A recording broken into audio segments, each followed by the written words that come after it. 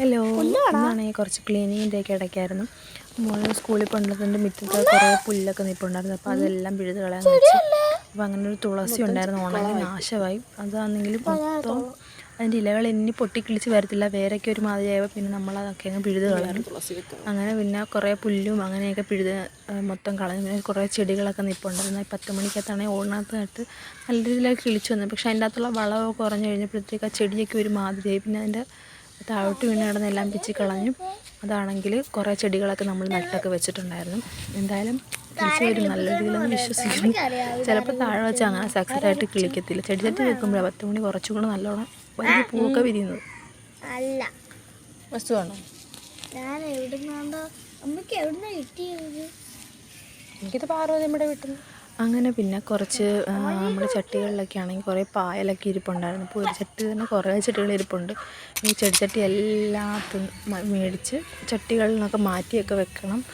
അങ്ങനെ കുറേ പണിയായി കിടപ്പുണ്ട്. പായലാണെങ്കിൽ നല്ലോണം ഇതായപ്പം മോൻ പറഞ്ഞു ഞാൻ എല്ലാം സഹായിച്ചു തരാമെന്നൊക്കെ പറഞ്ഞ് അവനാണെങ്കിൽ ഐസ്ക്രീമിൻ്റെ സ്റ്റിക്കൊക്കെ എടുത്തുകൊണ്ട് വന്നിട്ട് കുറേ അതൊക്കെ ഇളക്കി കളയുന്നുണ്ടായിരുന്നു. പക്ഷെ കൊള്ളായിരുന്നു ആ പരിപാടി. അങ്ങനെ രണ്ടുപേരോട്ടൊന്ന് കുറേ കളഞ്ഞു. അപ്പോൾ ആ പായലിനകത്ത് പിടിക്കുന്ന ഒരു തരം സാധനമായത്. നമ്മൾ പണ്ടാണെങ്കിൽ ഞങ്ങളിത് വെച്ച് ഇങ്ങനെ കളിക്കുമായിരുന്നു. ഇതിൻ്റെ വെച്ച് രാജാവ് അങ്ങനെ യുദ്ധമൊക്കെ ചെയ്യുന്ന പോലെ കളിക്കുമായിരുന്നു.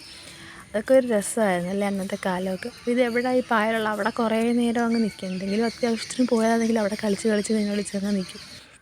അങ്ങനെയൊക്കെ. പിന്നെയാണെങ്കിൽ കുറേ ചട്ടി നമ്മൾ ഈ 10 മണിയുടെയൊക്കെ അവിടെ താഴെയൊക്കെ നട്ട് വെച്ചിട്ടുണ്ടായിരുന്നു. പിന്നെ അതെല്ലാം കുറേ വെള്ളമൊക്കെ ഒഴിച്ച് അങ്ങനെ ഈ മുകളിൽ വെക്കേണ്ട ചെടികളുണ്ട്. പക്ഷേ അതൊക്കെ ചിലതൊക്കെ താഴെ വെച്ചിരിക്കും. ഇനി അതൊക്കെ എടുത്തൊന്ന് അറേഞ്ച് ചെയ്ത് ശരിയാക്കിയൊക്കെ വെക്കണം. അതിൽ അവിടെ ഒരാൾ നല്ല രീതിയിൽ പണിയുന്നുണ്ട്. പക്ഷെ നമ്മളൊന്ന് കണ്ണ് തെറ്റിയാൽ മുട്ടൊക്കെ പിച്ചെടുക്കാനുള്ള സാധ്യതയുണ്ട്. അങ്ങനെ ഒരു മുട്ടിൻ്റെ താഴെ വന്ന് ഇപ്പോൾ ഇരുന്ന് ഞാൻ പറഞ്ഞു കൈയിട്. അങ്ങനെ എന്തായാലും മുട്ടിനകത്ത് കൈയെടുത്ത് പതുക്കെ പിന്നെയും അപ്പോൾ ആയത് കളയാനുള്ള പണി വഴി. ഇപ്പം തന്നെ ആൾ കുഴഞ്ഞൊരു വിധമൊക്കെ കുഴഞ്ഞ് നിൽക്കുക. പിന്നെ ഇന്നാണെങ്കിൽ വളരെ പതുക്കെയാണ് സൂര്യൻ വന്നത്. സൂര്യനാണെങ്കിൽ കാണാൻ പോലുമില്ല. ഒരു മഴയുടെയൊക്കെ ലക്ഷണം ഉള്ളത് കൊണ്ടാണെന്ന് തോന്നുന്നു. അങ്ങനെ പിന്നെ അവിടെയൊക്കെ തൂത്തൊക്കെ വൃത്തിയാക്കി. പിന്നെ നമ്മുടെ മുറ്റത്താണെങ്കിൽ ഒരു മുല്ല നിൽപ്പുണ്ടായിരുന്നു പണ്ട്. പക്ഷെ അതൊക്കെ ആണെങ്കിൽ പുഴു കയറി അങ്ങ് പോയി കഴിഞ്ഞപ്പോഴത്തേക്ക് അത് മൂടോടങ്ങ് വെട്ടിക്കളഞ്ഞു. അതിനകത്ത് പൂവിനകത്ത് പോലും പുഴു കയറി കഴിഞ്ഞപ്പോഴത്തേക്ക് പിന്നെ കൊള്ളാതായി അങ്ങ് വെട്ടിക്കളഞ്ഞു.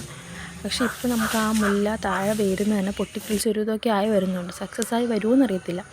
അപ്പോൾ ഈ ചാനൽ ഇഷ്ടപ്പെടുവാണെങ്കിൽ സബ്സ്ക്രൈബ് ചെയ്യാൻ മറക്കല്ലേ.